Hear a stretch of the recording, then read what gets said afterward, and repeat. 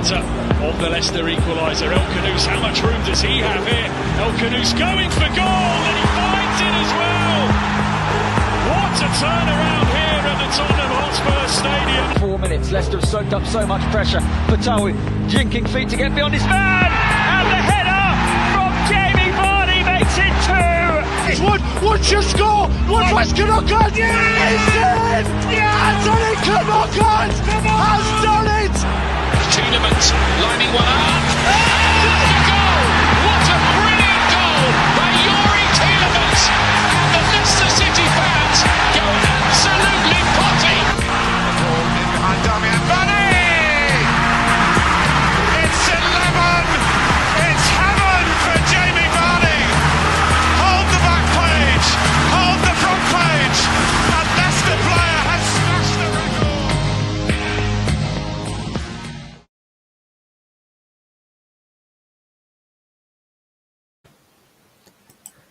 Good evening and welcome to Blue Tinted Glasses, the #1 Leicester City Football Club YouTube channel on the internet. And you must be a sadist for joining us on this Thursday night as we look at more match analysis as Leicester City lose again, 14 losses out of 15 as we lost 3-0 at the King Power. And a bunch of old men were reduced to getting excited about a schoolboy making his debut for our beloved club. But we'll get to Jeremy Monger at the end. Of course, I've done a little bit, but I am joined by the main man, the host with the most. It's my partner in crime, Locks. How are we doing on this Thursday evening? Oh, yeah, good, mate. It's my first analysis in a while. I'm looking forward to putting myself through it all over again. Just like, there's already 40 people who have clicked in and watched. Fair play to you guys for wanting to watch this again. Yeah, I find it crazy. We didn't do the Man United one. Bro, where's the analysis show? I was like, wow, These guys, we love it. But let's just say good evening to everyone. Ethan, hope you're doing good. Daniel O'Connor, good to see you, our Everton fan. You're doing a lot better than us. Well played to you. Why are you looking? Kunal and LCFC Rude. Grego as well. Hello to all of you. We'll come up to some of your comments. I'm sure there'll be a lot to say. And because it wasn't that much fun really to look at how we play, I will talk about some kind of underlying reasons as to why we're so cat. There's a lot of them. By the way, Neil, that comment from Why Are You Looking? I did the translation on that. Schadenfreude. And it is I don't know what language it is. It's German for a pleasure derived by someone from another person's misfortune. Maybe some of our relegation rivals. Maybe that's Steve Cooper himself. Who knows? We'll have to see this. All right. Evening to Sandeep as well. All right, let's get on with it. So just before we start, got to say some previews of we haven't quite hit there, but I've got a feeling we're going to hit it very soon. So we're going to hit our 20k subscribers. Thank you so much for everyone that's involved. This was a shot of us in the BTG office, but I have to say that's kind of fake news because given the current situation, actually Philbert the Fox, this is actually what he's looking at. So he's trying to be happy, but he's having one of those sort of midlife crisis and he's a bit depressed. And if I had to sum up our season in a nutshell, Locks, this is what's happened. That was the start on the left-hand side, and on the right-hand side is where we've got to. But we'll do something special for the 20k. Any spoilers that you can give us, or are you playing the cards close to your chest? You know what? I don't know for sure yet, but I'll tell you what we'll try and do. We'll try and get someone on the channel. Someone. Yes, we'll try and get a surprise guest on their channel. I don't know who it is yet, but we'll try and get somebody on to celebrate. Russell Martin confirmed he can have his interview live on the channel. Steve Cooper. Yeah. Well, on tonight's show, here's two hosts you've got. Wait for the merch. We've been going a bit AI crazy. So you got me with the analysis, and you got Locks with the trusty vape and beer. How many beers have you had since our last goal, do you reckon now? Yeah, I don't know, man. I reckon I think a month ago it was in the 30s. So we must be nearly at 50 beers now, I reckon. No, it won't be that many. It'll be it could be. 40s. It could be. I reckon early 40s. Yeah, early 40s. Well, I personally would buy this merch if you offered it in the stores. Let's see what we can do. But great stuff. Here's your lineup for today. We've got lots of them for the rest of the you say you did Locks 30. Locks made it himself, believe it or not. Yeah, I'm stealing his credit. All right, on tonight's show, we're going to look at some more horse shit, pardon my language, for what Rude served up at the King Power. I think it sums up a lot that many fans left either at 34 minutes or halftime. Very depressing. But we're going to look at why we're having all these things. And let's just get down to it. Here's another game that we've got absolutely dominated. I think you got to say probably Newcastle have been the best team that we played this season. Smashed us at St. James's Park, smashed us in our own backyard, scored tons of goals. I think in this game, if they could be bothered, they could score a lot more. They didn't need to. So we won the possession battle, but we lost in every single thing. And this is the thing that makes me sad. Big chances, a big fat 0. Really, really depressing to see. We'll start with the team lineups, and as we know with Rude, if you didn't know he'd given up already, he went for the same unchanged lineup. I think this is for the 4th game in a row. So what did you make of that, Lox? You're bigging everyone up for the live watch along, and you're just seeing there's absolutely no changes. What's going through your mind?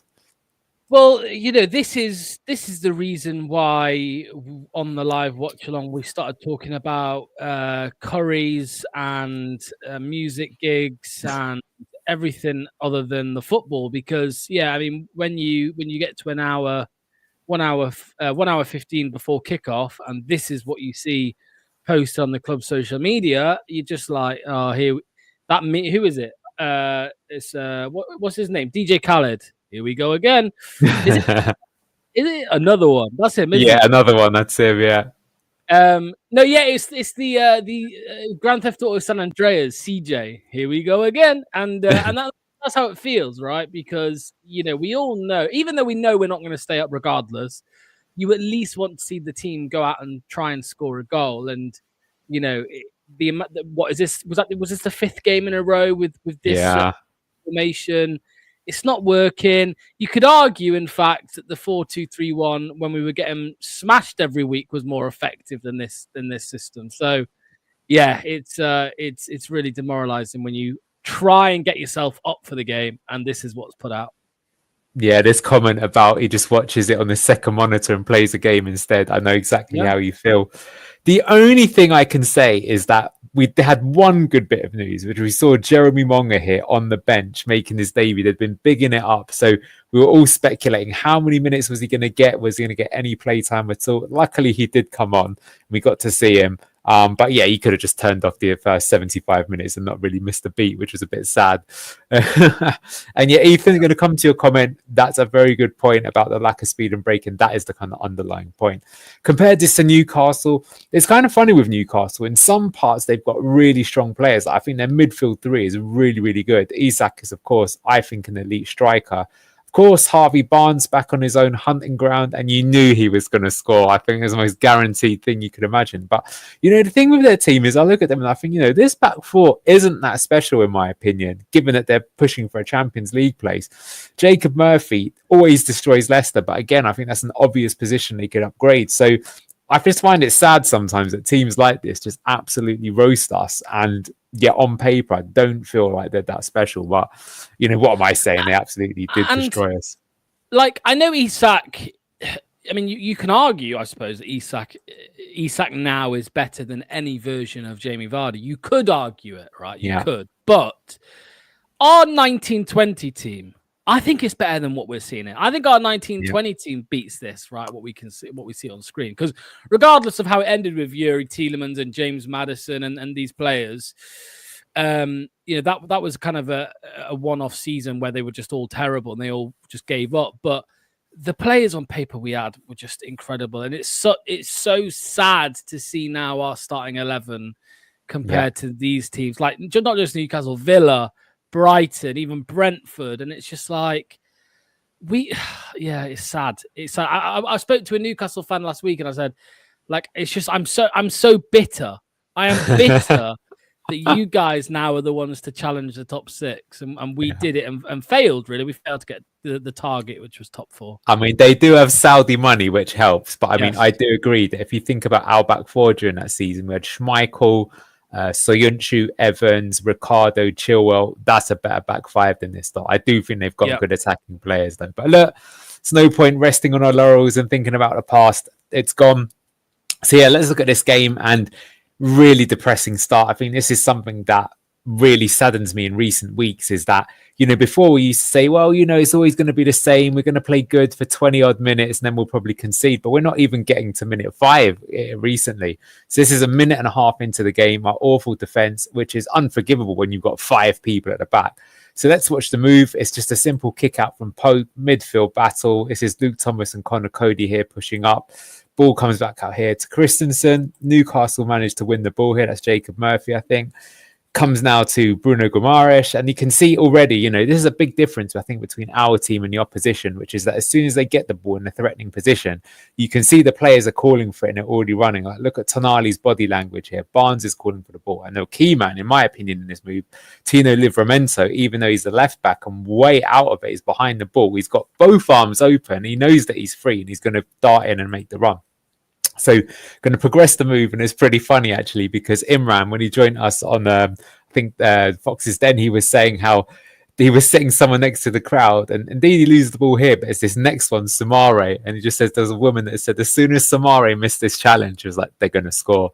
And it's so depressing when that early in a move you can say this. So you see the move continue, and again I've highlighted the arrows because if you look at this here in terms of defensive setup, we're pretty well set up, right? We've got 4 people behind the ball. We've got our midfield 3 pushing back. Okay, there's no one in Livramento, but look how far behind the ball is. There should be plenty of time to make up for it.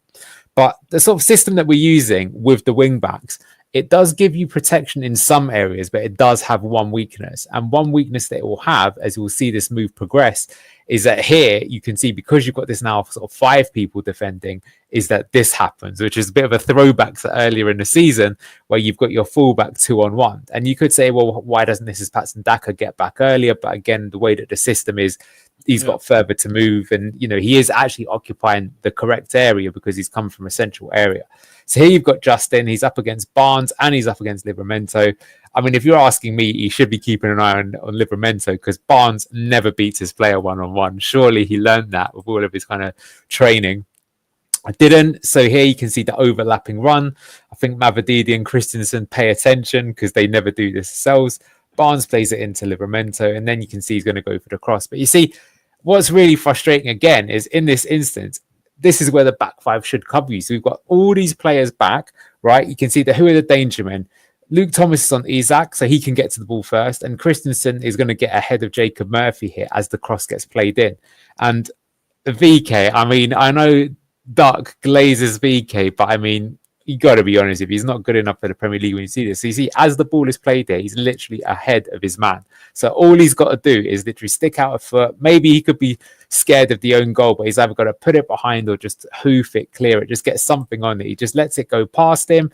Bit of a rubbish foot that he puts out, and Murphy scores an easy tap in. Just so, and the whole way through that move there, Newcastle move, Christensen is aware that Murphy's on the outside of him. He's aware. You can see all the way through.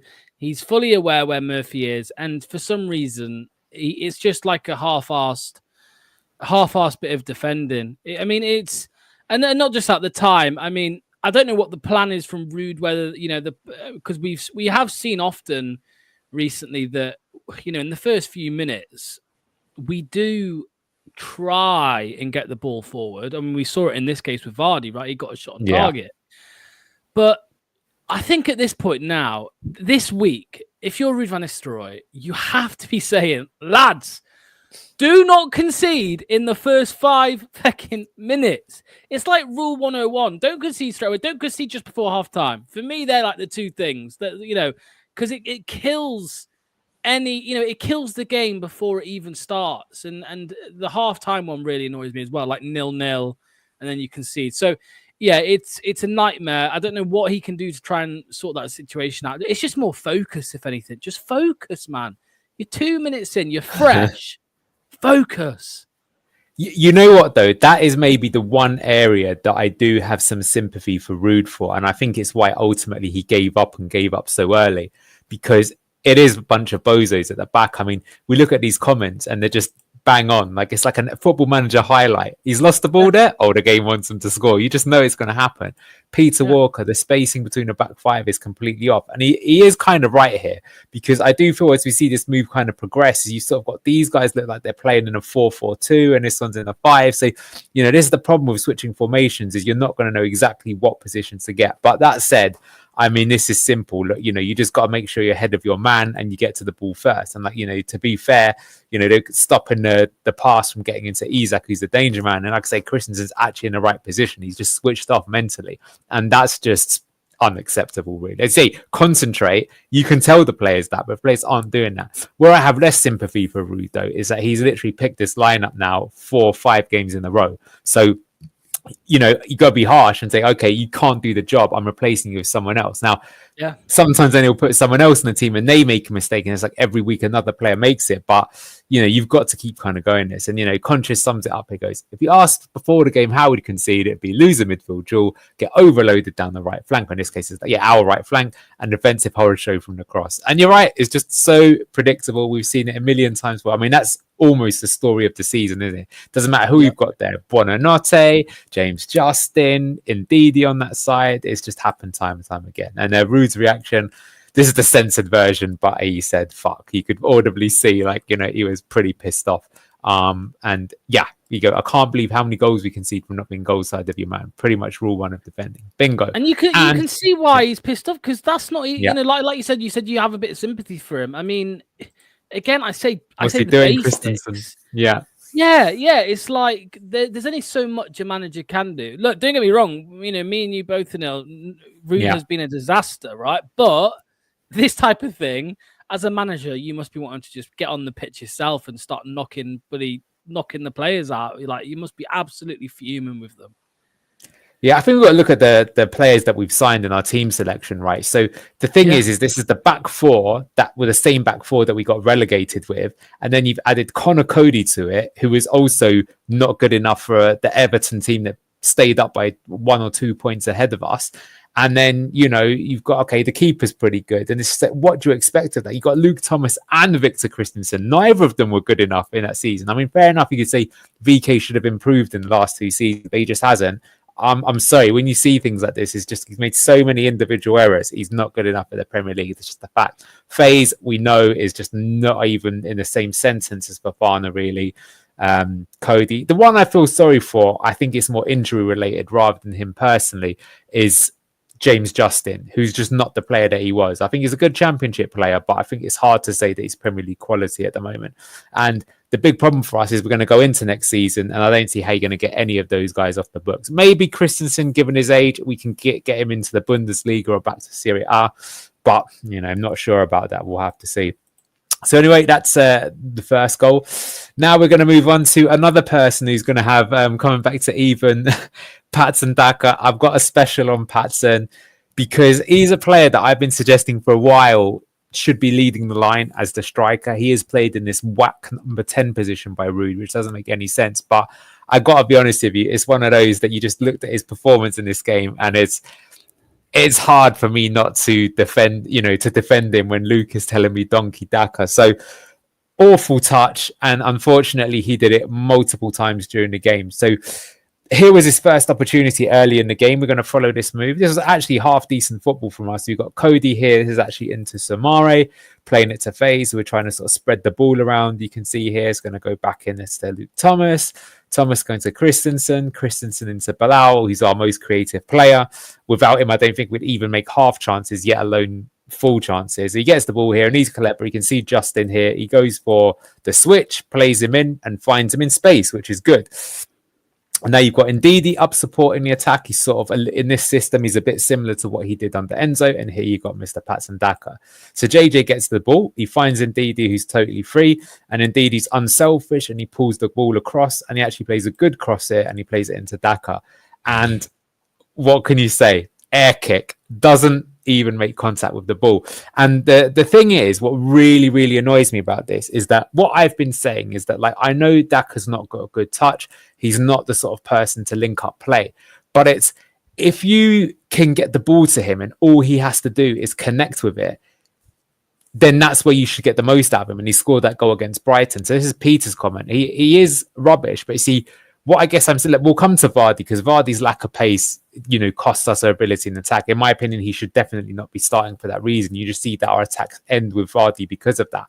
But the thing is as I say, if you haven't got a good first touch, all you need to do here is leather it. And we've seen that Daka's got power. And here, if you can't even make contact with the ball, there's what can you do to defend the player there when they can't? And we see this so often. Like literally nearly every time he plays, there is a moment like this where he either misses the ball or he falls over, or like it's and you know what? I understood it for maybe the first 2 years. Confidence. Oh, he's low on confidence. He's a confidence player, but like, he's just shit. Like, I'm sorry. Yeah, no, there's no excuse. There's no excuse when you see things like that. You can't do that. You can't do.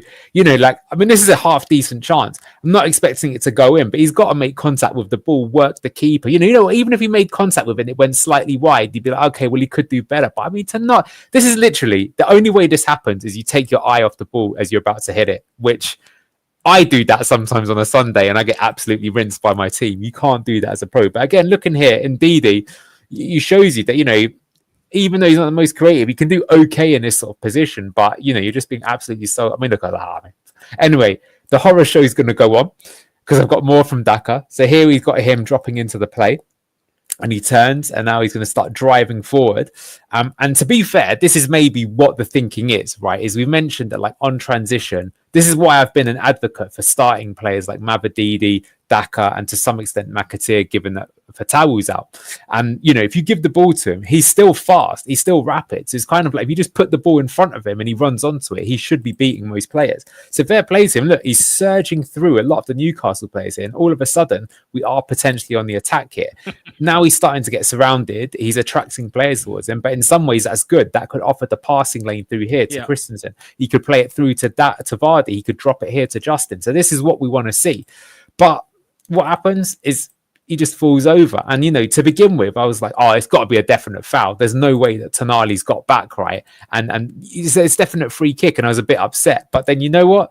You look at the replay and forget this foot. The foot doesn't make contact. He just does that. He just touches him. So, look, he's dived for that, right? And Tonali then even says, I want the booking for that. But what's he doing? He's like ahead of him. So that's pathetic that he's decided to go down here. Like, where's the confidence? Drive on and have the shot. Like I say, there is a ball on here. My personal opinion is I think he's got on it, and because he knows his touch isn't good, he doesn't have the confidence to back himself to beat players. And so, again, it's just pointless. So, and again, talking about confidence, you need to make your own confidence. Like, look, I understand that. I'm not trying to be too cynical here and say, oh, it's just an excuse. Like, of course, players get low on confidence, but then it's down to you as a player to turn it around, to get yourself, back, gain the confidence again. And he just, 3 years now, Anil, 3 years of shit. That's not confidence. That is just, you are rubbish. Yep, and that's the comment for this one, comparing him to Beto. Totally agree. And yeah, it's true. Daka spends more time on the floor than his feet. It's like he's playing on ice. Totally agree for him.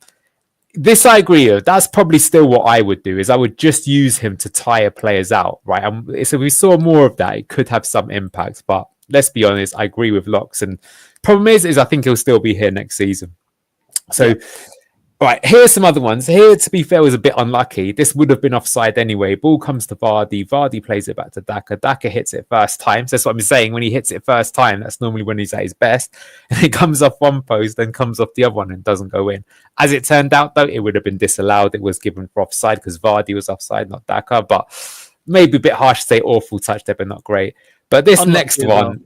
Yeah, this next one, oh my God. Again, it's like, what can I say? So Newcastle are on the ball, right? We managed to win it back. I think it's previous year. It comes to Daka, he spins, and again, we're on the attack. So again, starting positions, bit slow, but we've got something on here. Look, you've got Bilal standing over there in acres of space, who's one of our most dangerous players. So Daka's on the ball, and because there aren't that many other forward options, we're going to come to that in a moment, because that's a problem by itself. But he's just got a simple ball to play across it and find Bilal in space.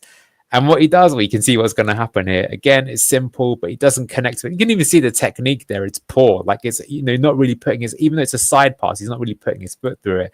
And so it's easily picked up by Newcastle and they're on the attack. And it's just like, what a waste.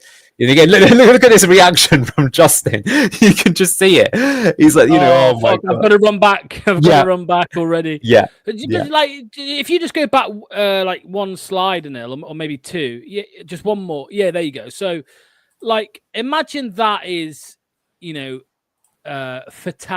Vardy Bilal. You know what I mean? Or Fatawu Mavididi Bilal, or Fatawu Vardy Mavididi.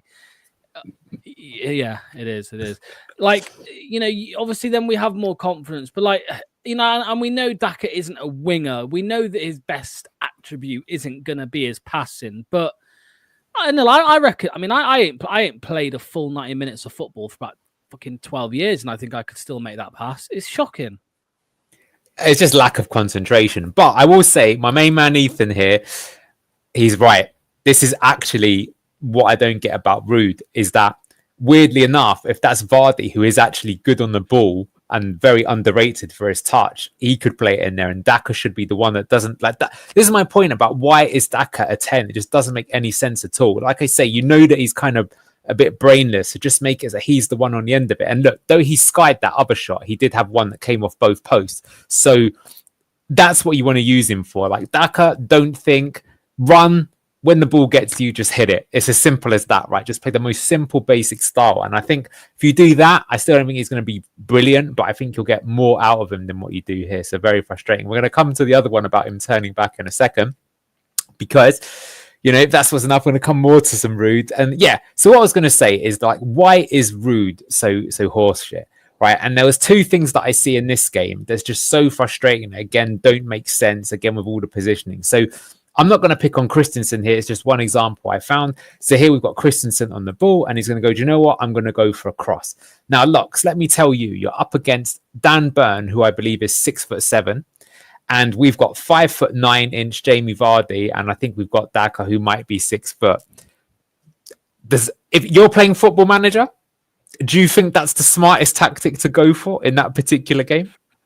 No. And you know what? Michael said it right on Good Morning Foxes the day before the game. He said, he was like, I know exactly how this is going to go. We're going to be putting crosses into the box to Vardy or Daka against Dan Burn. And it's just like, what? So he just easily deals with it, as you can see here. And yeah, my point is, right, you can do low crosses. That would make sense. Like, or you can try and cross it to an area like you would see under Enzo, because we would attack with 5. You'd quite often get Ndidi and he'd reverse the ball over to either Fatawu, or someone would do it to Mavididi. Because you're attacking with 5, you're going to have that free man on the back post. But to be honest with you, even though Victor had another terrible game, he's actually made a half decent cross here. But again, it's nonsensical. Like, if we still had Chris Wood in the team, would make sense. If we had Erling Haaland, would make sense, right? If you haven't got a player like that, it just doesn't make sense for a team that's struggling. You've got to do something different. But at least that way, you're at least having some action for us fans to get excited about. Because even worse, this is, I think, Ruud's favourite novel, and it's called Sideways and Backwards. And I'll be honest with you, I wouldn't recommend reading this book because it's pretty boring, a little bit like Ruud. So here we've got Newcastle on the attack, and this is one of the few times where actually our defence does halfway good and we win the ball back. So Mr. FaZe wins the ball back, and he plays it in to Daka. And now you can see again that is our chance to do a transition attack ourselves. So Daka's going to move forwards. You've got some other players here in the attack too. You can see he's got actually looking at the ball this time, Patson. He's learned from earlier. Keep an eye on the ball. Keep running. And we've got 3 men forwards, a 4th man joining an attack. And if there was, I'll come to it in a moment, this should be a threatening position. Even if Newcastle have got players back, right? If you surge forward, they're out of position. They haven't got time to set their defensive shape up, and you can find holes in here. But what does Daka do? As mentioned here, he gets the ball here, and instead of driving and using his pace, he's going to turn back. And not only does he not play it even here to Ndidi, he goes all the way back to Justin. And now keep an eye on Newcastle. So look, before, when they had only 5 men back, but a lot of them are out of position, Now they've just got plenty of time to pick their spots. And now look at this. Look at the defensive block they've got into. So this is a team that's struggling to score goals. And now you've just made it easy for them. They got every single, now even Isak's behind the ball. And we're starting again. This is just pointless. So why? Why is he even doing that? And this is kind of mistaken identity, I feel a little bit. And I think where this probably comes from is that Ruud at PSV, because PSV is one of the better teams in the Dutch league, that they're basically going to be dominating the ball for most of the game. So what it kind of reminds me of is I'll just play this move forward just to show you. So we get the ball, we do a bit more kicking around, right? And in the end, what do we even do with it? It comes all the way back here to Cody, right? Remember, Daka was somewhere up here when the move started, and he's going to go for a long ball across, and it just gets easily dealt with Newcastle and on the attack. So we've done absolutely nothing with it. It's not like we've cleverly created the chance there. It's not, what Daka should have done, in my opinion, when he's got the ball here. And like I say, this is actually coaching, not even on the player. But when he's got the ball here, just keep running. Just run turbo all the way to the byline and try and put a cross in. At bare minimum, that's what you should be doing. Get the fans excited. Like, see, he could probably beat Livramento for pace, especially at this point in time. He's got a little bit of an edge on him, but he doesn't. Or so win a foul. Or win a foul on the edge of the box. Yeah. You're saying about running and getting a ball in. Yeah, 100%. But get to the edge of the box, try and run at the man, win a foul, just do something, mate. But this is just a joke. I say, it just makes it easy for the opposition. So what is this all about? And really, this is something that Kate says a lot and Imran to some degree, and it's the pepification of football. Because this was a match we played recently, and here's Man City.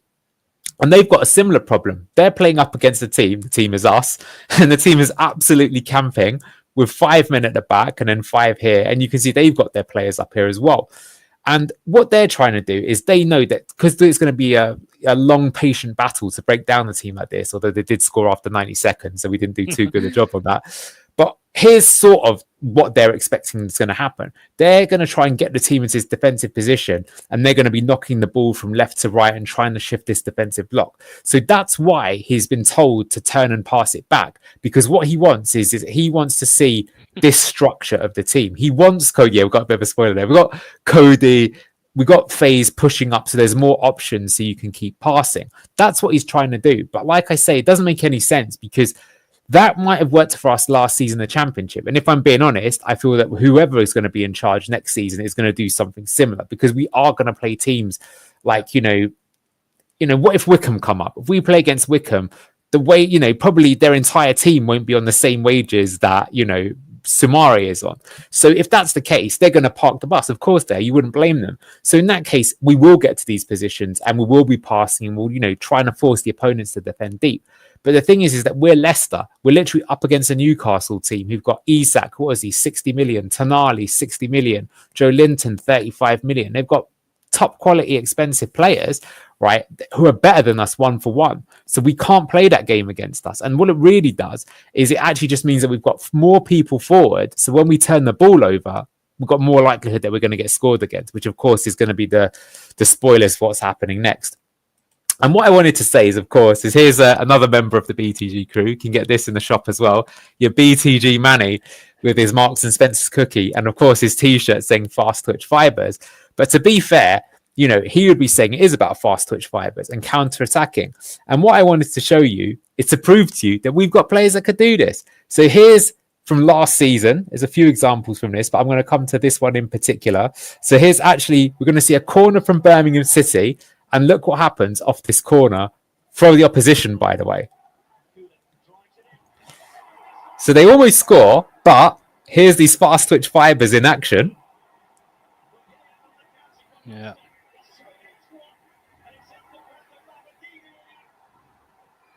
It's just something I can't imagine happening right now, mate. And I know this is it's just bizarre to see that, which we no longer have. It's crazy. Obviously, they're a lower quality opposition to what we face now, but it's not about that. It's about what they're actually doing when they win the ball back. Is Dewsbury Hall here passing it backwards? No. When he got the ball there, by the way, he's surrounded. Look, 4-on-1 against him, but he's not even looking left or right. He's got one thing in his mind and one thing in his mind only. Finish the ball. So, yeah.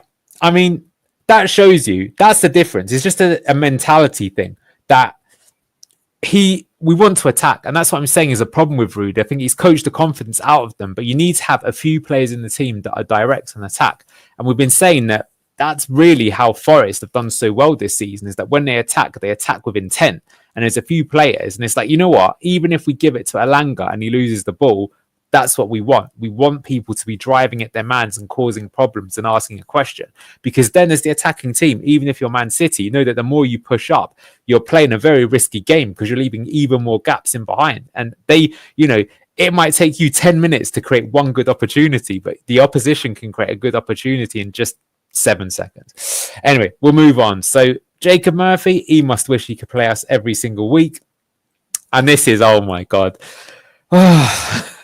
Why do we do this to ourselves, Locke? So here's Mads on the ball. We should maybe bring your video up with the comical music again, because here we go. So Mads plays it to Cody. Cody's got the ball. Now, I will say, to give credit to Eddie Howe, he's already recognized, looking at this system, some of the weaknesses. So he knew that you're going to get 2-on-1s versus the 5 at the back. So he's already exposed that once. And the other thing is, we showed in some games, like against Man City, how Vardy will often come deep here, acting as the false 9 to play the ball back here to try and make space behind him. So you can see that Shah knows that, and you can see that as soon as the ball's played, that's their pressing trigger. They've worked on that. He's been told, as soon as you see them past him, you make sure you get to the ball first. And you know what? Even if you foul them, don't worry, because you're not going to be the last man back. And Vardy's too slow these days. He can't even spin you. So even if he does, you'll have the recovery pace. Yeah. So Shah gets the ball, wins it back quickly, and then fair play to him. This is absolutely audacious. And do you know what? I'm going to be totally honest. I actually wish this went in. Just to absolutely rob it in to the current ownership at King Power, Top and Rudkin. And, almost give us the humiliation to show it, right? Because it's so bad. So audacious effort. He ends up hitting the crossbar. Unlucky. But again, it's like, as per your video, it's like, why are you stopping running? Who wants it more?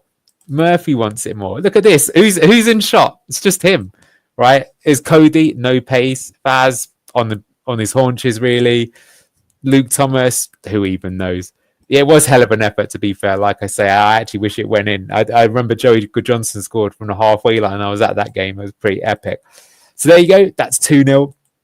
And of course, if that wasn't humiliating enough, what I was thinking is it's 2-0 to Newcastle and Harvey Barnes hasn't even scored yet, which doesn't make any sense. And so predictably, as Michael was saying, and you know what's sad here is, again, where does it start from? It starts from a Leicester attack. And even worse, and this is what I think is really quite sad, is that you can see that this disease is spreading amongst the team.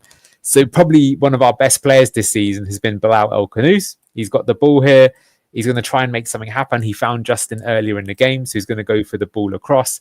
But he can see Tino Livramento. He can spot it. The ball is too slow, wins it.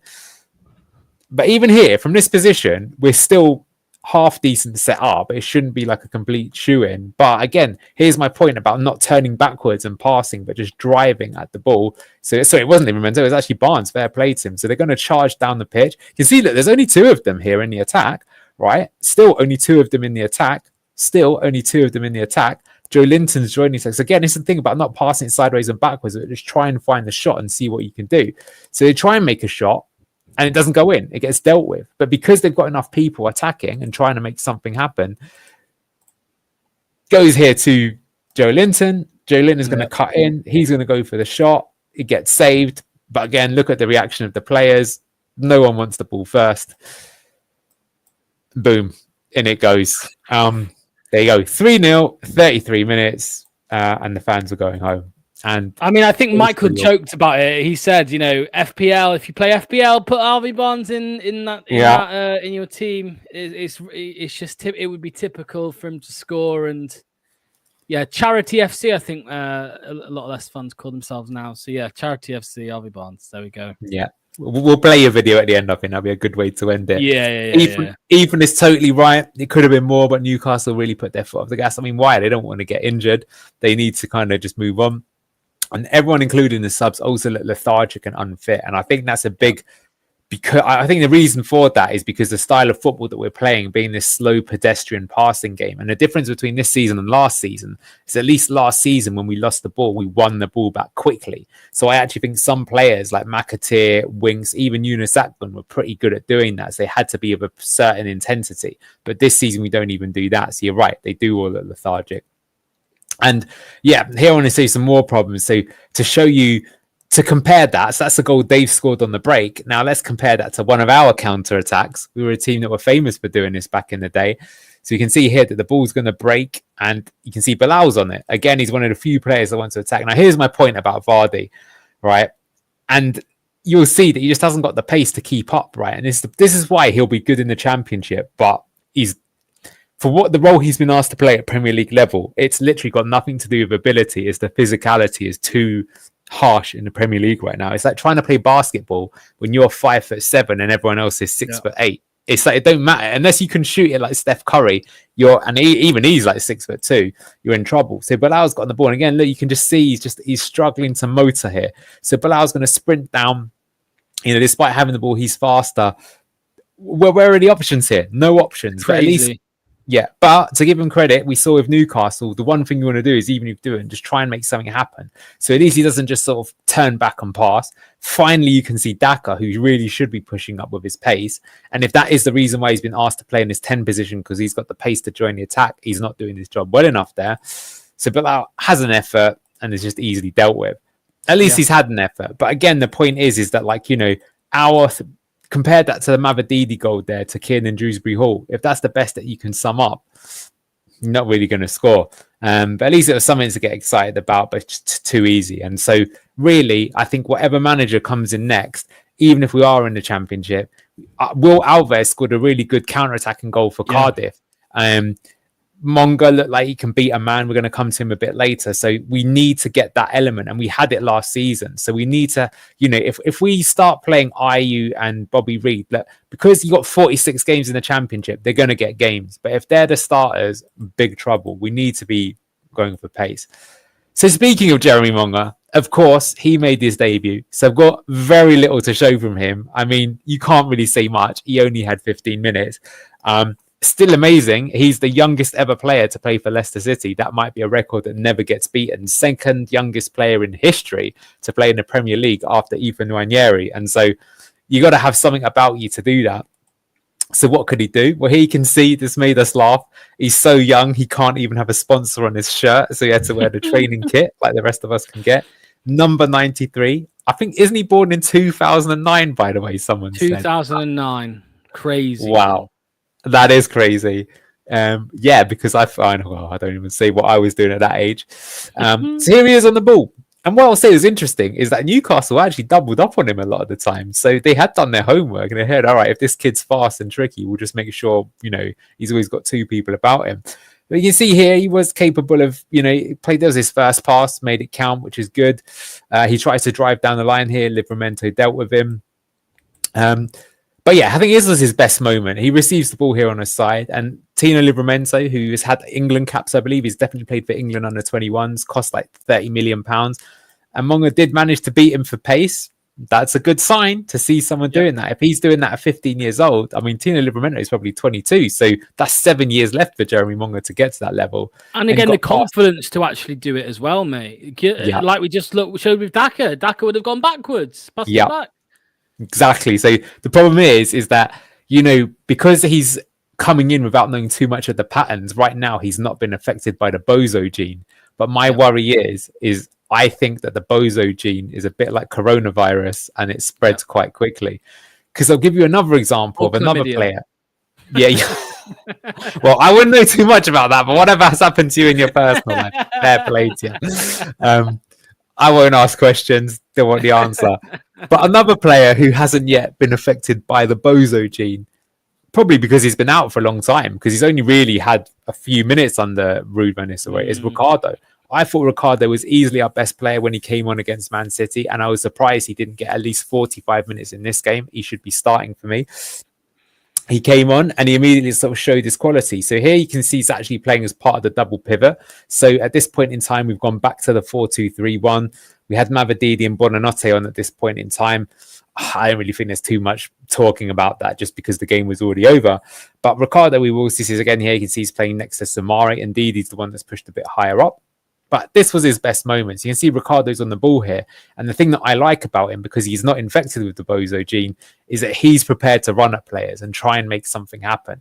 And I think 2 things he did, which was really good. One, he himself tried to grab the game by the scruff of the neck and make something happen. And he also kept feeding the ball to Jeremy Monga because he could tell that the crowd were getting hype for that.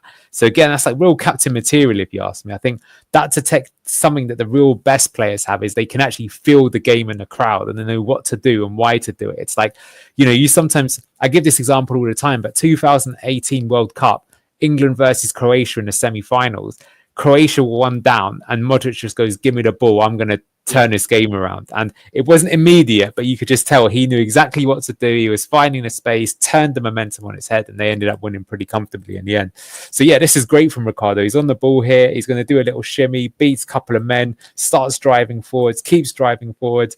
I was thinking, should he play it to Jeremy Monga here? But fair play, he wants to go himself. And yeah, he ends up played there.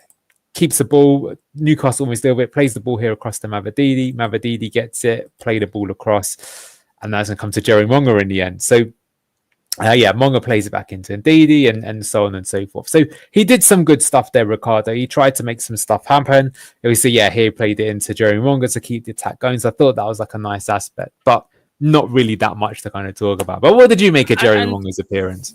Well, just on Ricardo quickly. I mean, we said it at the time, but he was quite clearly actively trying to bring Monga into the game as well. And I mean, we've seen things like Ricardo was one of the first people as well to put something on Instagram to congratulate him, and we know that Ricardo is one of the captains at the football club, and he just seems like we've always known this, a really, really good guy to have around. And I hope.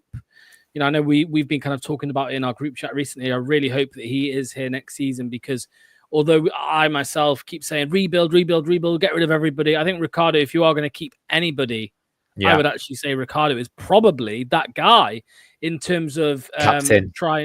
Exactly. Bingo.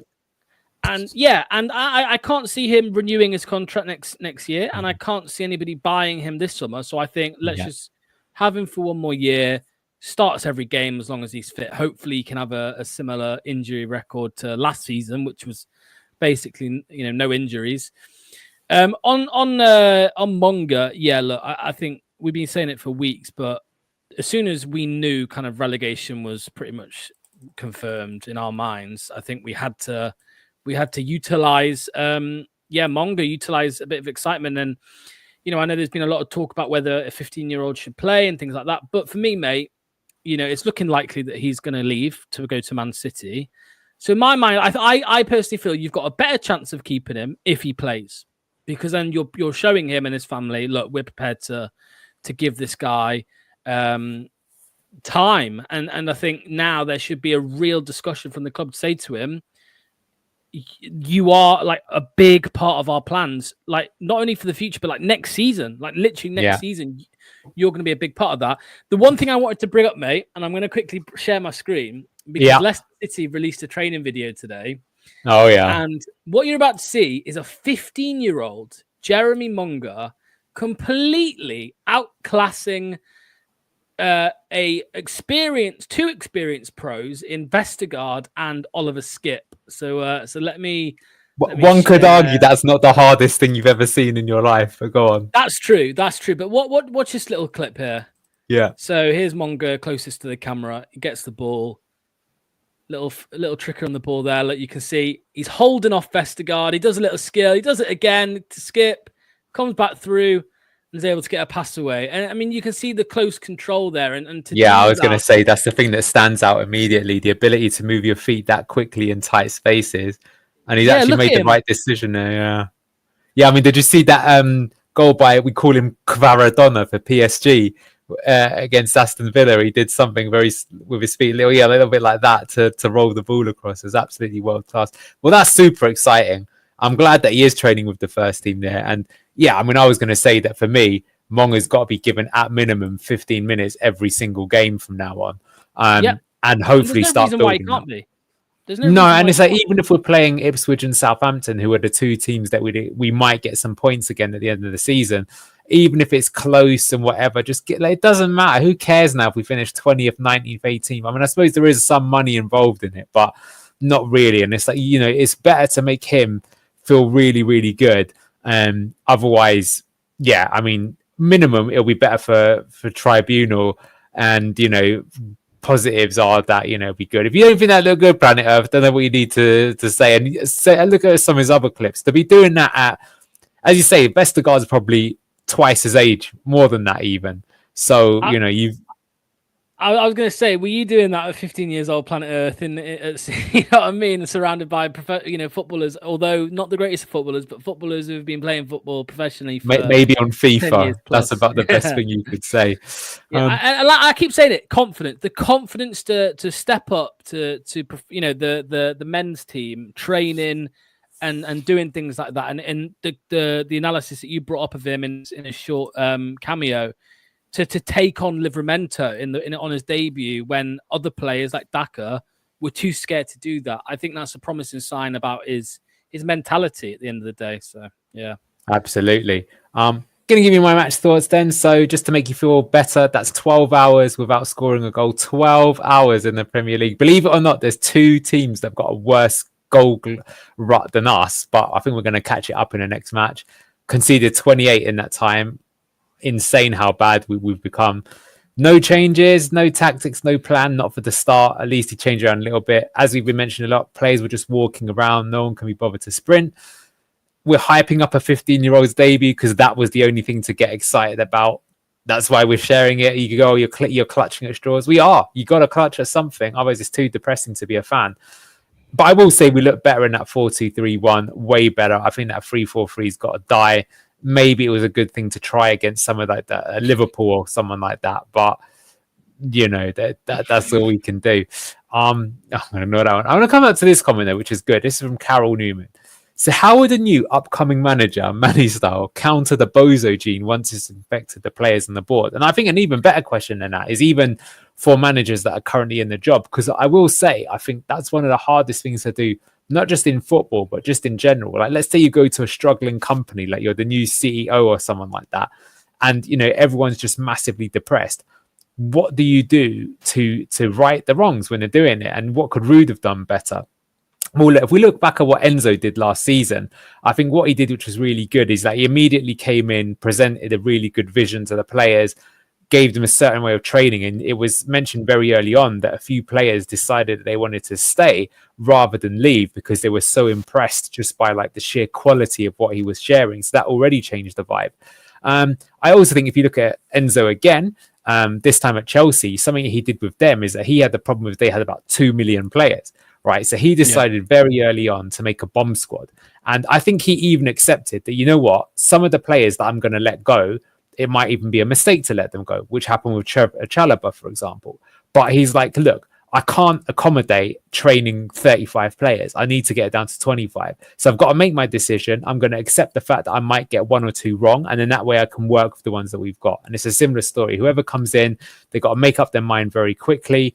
And then choose not to work with them. But I mean, what I will say, just to be careful, for example, is it was pretty clear early this season that Steve Cooper didn't fancy Ricardo and wasn't using him. And that was another bozo decision, right? So that is what you've got to do, and you got to stick with it. But the problem is that if you make an idiotic move like that, it's just going to make you look even worse. So you've got to be careful there. But yeah, you've got to somehow address the malaise that's set in. You've got to give, I think, new starring roles to players that are most excited. You know what? If it was me, you get data on all your players in training. And I'm going to go very simple, right? For my first pre-season friendly, I'm just going to say the players that run the most are going to play in this one. Simple as that during pre-season to show me. I don't get Jamie Vardy. Sorry, mate. You didn't outrun Casey McAteer, so he's starting, right? Of course, you're going to pick him later on, but you're trying to set the tone early that you need to have a high intensity attacking sort of style that get the work ethic back in and pace. So there'd be some suggestions from me, but I would say that it's not easy at all once, you know, you've got the malaise that's set in. And I think that's what really sets the good managers up from the bad ones, is I feel like the good managers can be good when you're doing good, but when you have like a bad spell what do you do to turn the corner? And let's be honest, Brendan couldn't do it. Brendan's a brilliant manager when everything's going his way. That's why he continues to do well with Celtic. You got to say some of the performances and games he gave us were absolutely fantastic. But when things are going wrong, not so good. Ranieri wasn't so good when things are doing wrong. Probably the one manager in recent times who did have a little bit of turning it around was probably Nigel Pearson. Both on Deeney Day and during the Great Escape, he showed a bit of guts to fight the team out of it. So there you go. Yeah. And by the way, can I just say as well, about what can any manager do as well? I think a large part of it is mentality. Yeah. It's about getting, first of all, with recruitment, getting the right player in, but also then getting rid of any bad eggs, any of those players that maybe pull out on their tackles or don't give that 100%. And because we talk about this a lot, but like, in the top level of the game, that 1% difference in effort, it matters. It really does matter. And we heard stories that Enzo Maresca actually did a really good job when he came in after relegation. He sorted the players out. He got them out of the rut that they were in. We quickly got rid of even we didn't get great money for some of them, but we did get rid of a lot of players that maybe weren't keen on staying. And we also kept a couple that we probably should have got rid of. But I think he brought in a couple of rules as well about like away games. The players had to, all meet at Seagrave and get the body. So there was a lot of changes that Enzo made. And I think that is what the next manager has to do. It has to be a refresh on and off the pitch. And I'm sorry, but there should be no more crying to top when the players aren't happy about it. The players respond and the players communicate with the manager and the manager only. The manager then goes to the director of football and the director of football goes to the owner. That's how it should be at a football club. And I hope that is a change that is made. Yeah, absolutely. I'm going to bring out some good comments here. This is from Dalvster. He says, Mehmet Ali, currently managing Arsenal under-21s the last 3 years, sets up the same way as Maresca and their current boss Arteta in an attacking fluid 4-3-3. Developed Ranieri and Lewis Scarry from the academy. Yep, that could be someone worth taking a chance on. I know another coach who's with the senior team is Carlos Cuesta, and he was linked with the Norwich job. In fact, he even had interviews with them, but he decided to decline that because he wanted to stick with the main team. If they win the Champions League, Arsenal, maybe some of these players are good. But for me, I'd rather go for someone up and coming rather than one of these proven managers that aren't that good. I wouldn't want to see the Scott Parker, Sean Dyche type, even though, to be fair, they'll probably have a better short-term sort of period. Like, that's what Cooper was as well. I just think that, like, again, this is just so depressing. This season's been so crap. It's easily the crappiest season I've seen in my lifetime. This is for me, it's actually worse than going down to League One because we actually had more fight in some of those matches. This is just the waving of the white flag every single game. And, I know a lot about flag waving, as you know, on this channel. So, it's all good. Hypothetical here from Daniel O'Connor. Do you think we would have survived if Enzo had stayed? Possibly needed a PSR money, though. For me, no, I don't think so. Because I'm assuming that, KDH would have gone. And to be honest with you, I still think with Enzo, I really rate him. But I think, as we've seen with Vincent Kompany, I think he's too stubborn. And he basically would have played the style. What I do think, though, is I think it would have worked in some games. Like a little bit like how I remember Norwich, when they got relegated, they beat Man City a few times and stuff like that. Like, we'd have had equal pacings. But I think the difference is there would have been some games to get excited for. But I know what our players and crowd are like. And, they would have just given them too much slack. Like the fact that people in this chat right now are, having a go at Jeremy Monga. So I said this would happen as well in this group. That's what we have. I don't know, for some weird reason, we're not good at actually getting behind our club in the times that we need it. So, I wonder if, because I think the fan base has changed, right? Like, when we went up under Pearson, I think people kind of expected us to go down, though we hoped we wouldn't. So we knew it was going to be a battle. So even though there were like grim times and we were losing a lot of games, the fans got behind the players. But now, and look, I understand it to some degree. It's like when you finished 5th, 8th, and then you get relegated, you're like, what the hell happened, right? You're expecting way better than just to be in a relegation battle and playing turgid football. So, it is what it is. Yeah, let's get some of these more comments up because, you can look at the table. The one thing you can say is Southampton got relegated before us with a record 7 games to go. That's kind of insane to get relegated. But I was going to say that on the Enzo question from Daniel. I agree. I think we would have gone down as well, but you could see it going to the last couple of games of the season.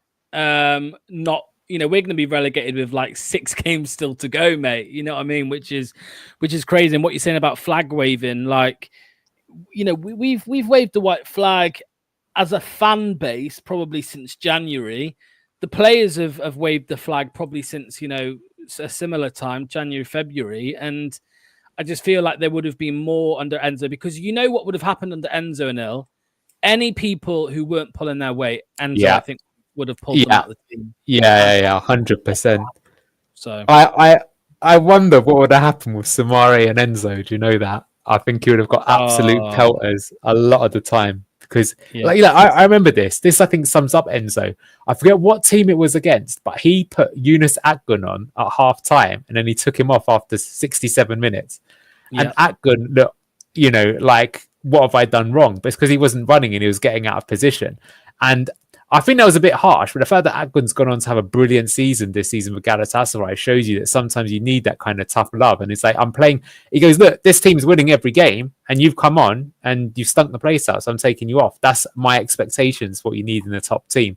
So I think that is important to kind of do it. Bring back a few more comments. Ethan says the Estoril under-23s outperforming the Benfica Academy. Might be worth a chance on their players and or manager. Could be. I don't know anything about him.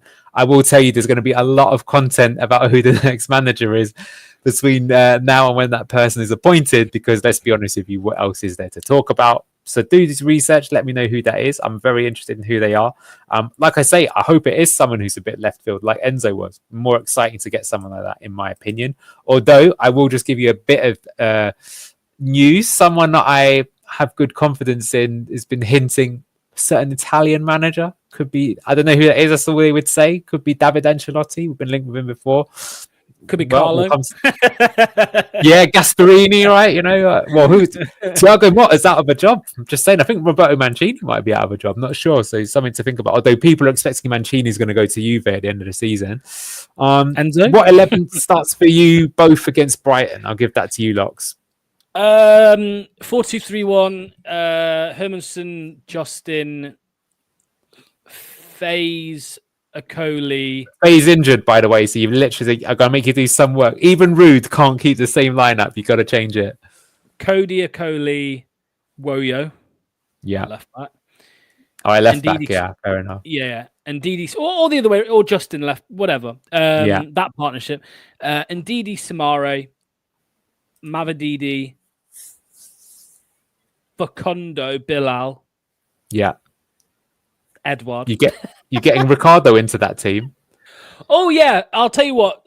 Ricardo next to Ndidi, actually. Ricardo and Wilf in the midfield, and then I would say Mavadidi, Facundo, Bilal, and I'm going to say Edward, mate, because look, I know you wanted to see Daka and you saw him and you've changed your mind.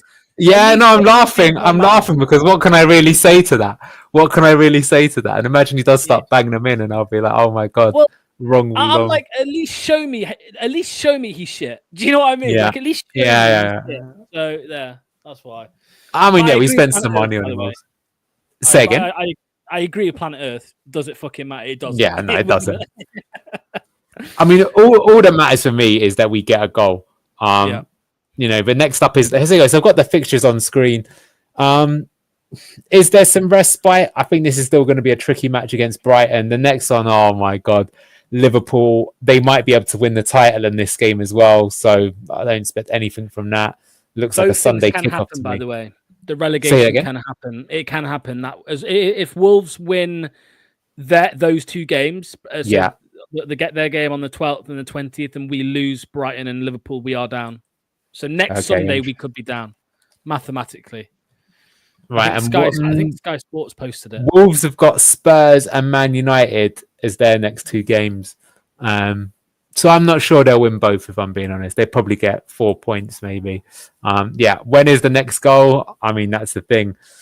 If I'm being honest, the 2 games are most likely to score in are Southampton and Ipswich, seeing as we've got them at home. I'm not even sure we'll win either of these games, but I could see us getting a goal.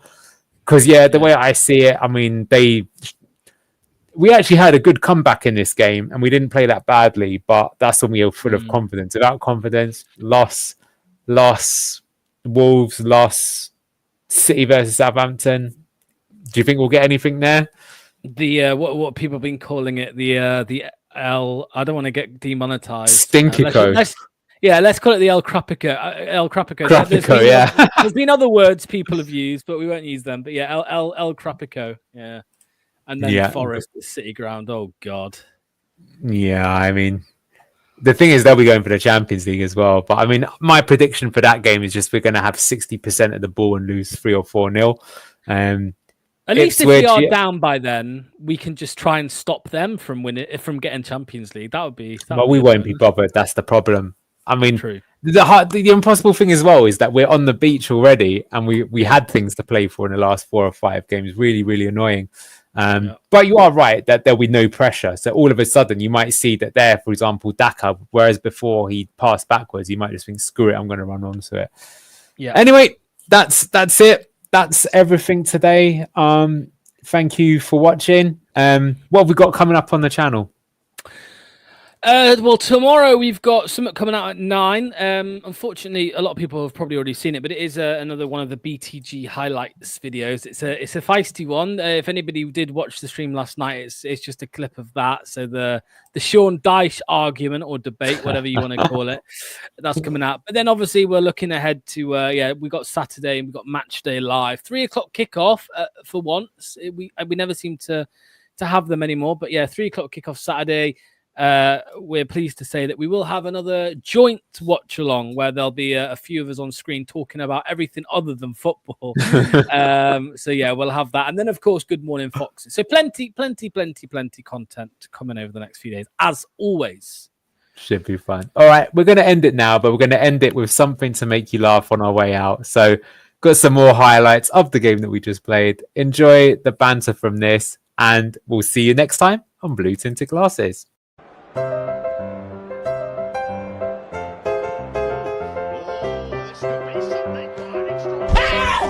Why are you running? Why are you running?